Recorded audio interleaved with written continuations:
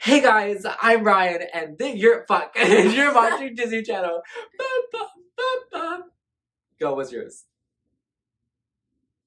Oh, I didn't see you there. My name is Ella, and you're watching Disney Channel. Bow, bow, bow, bow.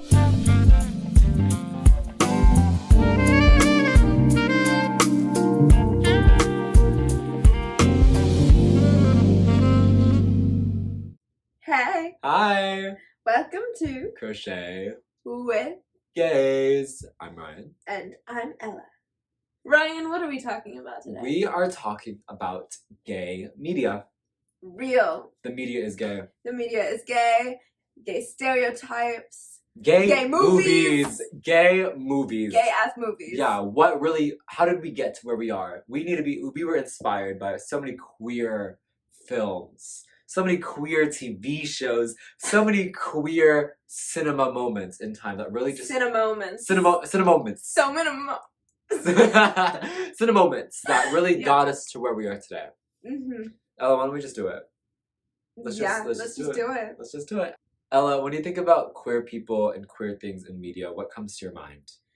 Honestly, what comes to my mind is a lot of the negative stereotypes that have been ingrained in our media. This is me enforcing. You're enforcing? No, this is just me enforcing. He's the culprit. Guilty. This is me enforcing. I don't know. This is me stopping enforcing. Yeah, this is... Sorry, okay, continue.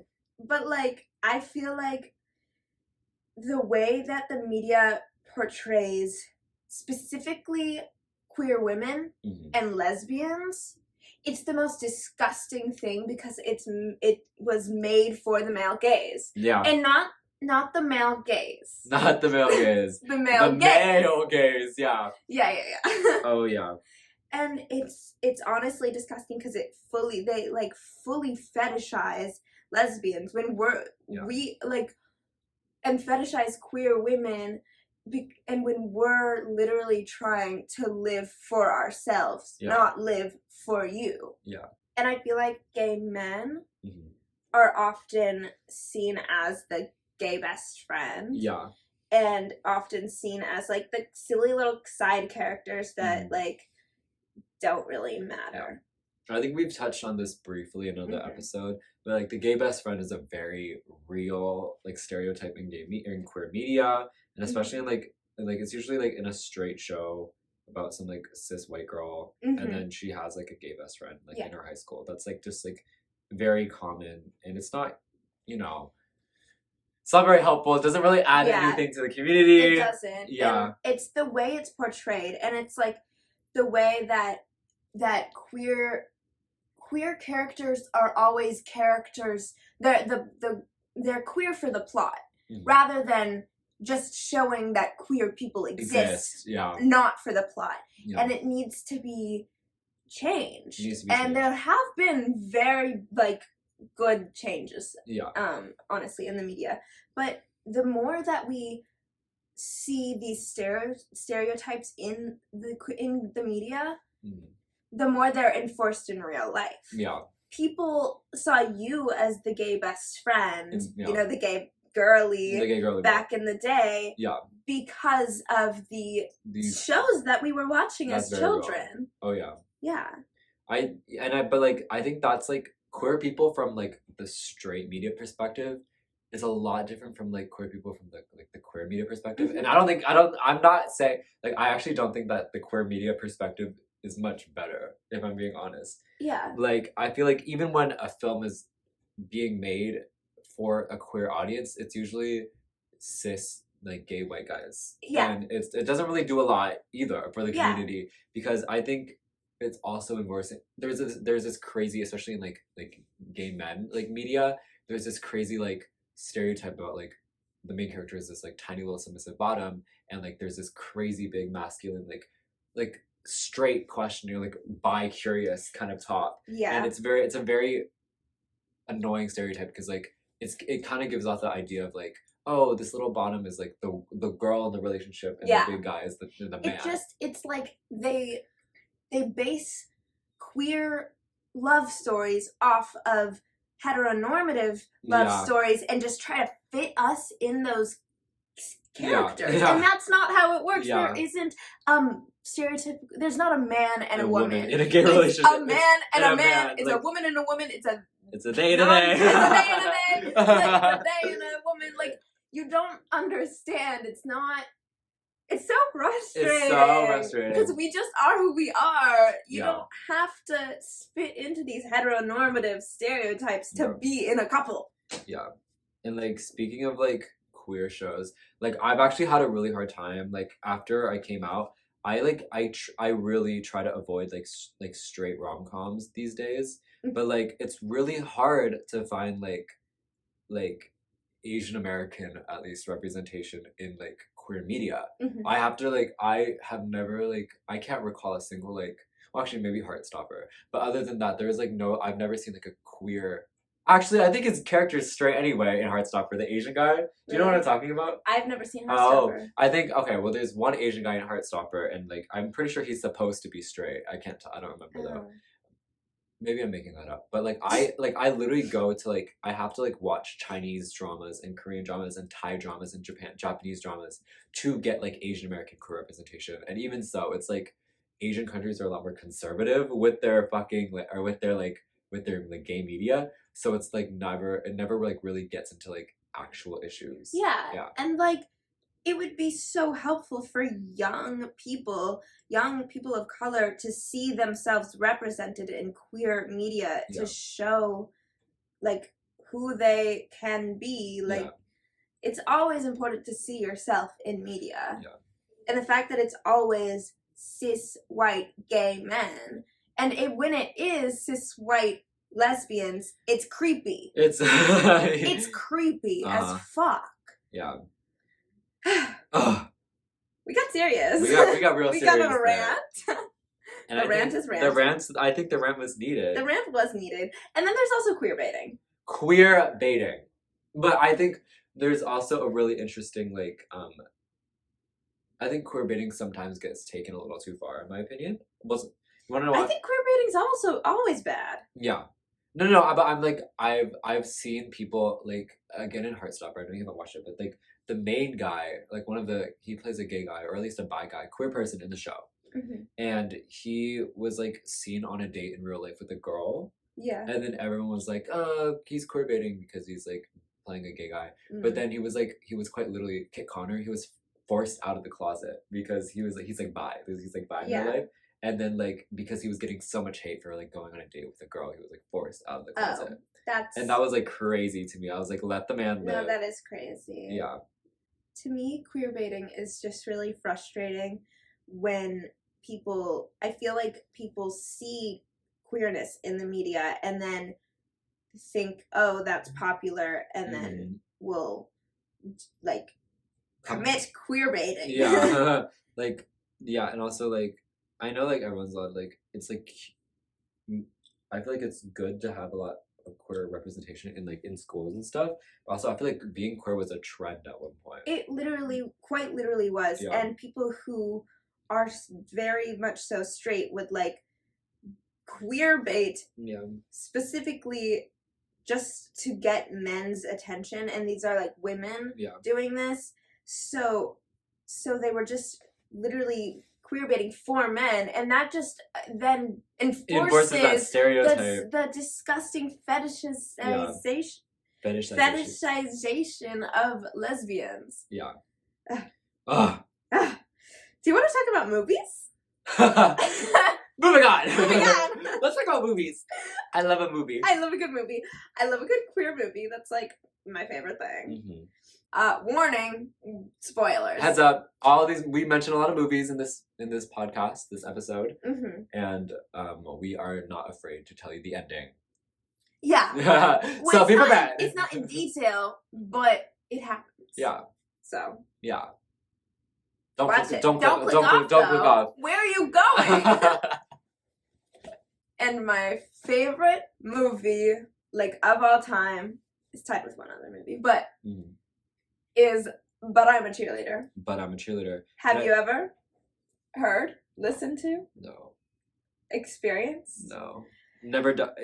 I've never indulged myself in that. I'm so disappointed in you because it's actually so amazing. Sorry. So basically, it's about a conversion camp. Oh. But it's very ironic and witty and hilarious and very camp. It is the definition of camp. Like, the main colors are blue and pink. Ooh, because it's like men and women. Yeah, it's like a blue and pink. Blue and pink. Yeah, and so it's just like, it's a beautiful movie because, you know, lesbians. They fall in love, you know, blah, blah, blah. It's a beautiful movie that is funny, and it makes fun of a topic that is a really hard topic in a really, like, profound way. And RuPaul's in it. And it's really funny. It's hilarious. Like, it will have you laughing, rolling, crying, throwing up. You know. When was it made? It was made like 1999. Oh, so she's like ancient. She's ancient. It has Natasha Lyonne. Oh, hey Natasha. I love her. Like, in love with her. Yeah. You know, we have a film class in our school, and we watch movies. This film is lit, and we write reports about it. And one of the movies we were shown was Rafiki, and Rafiki was lit. Rafiki was really good. Rafiki was lit. Ella, what was Rafiki like about?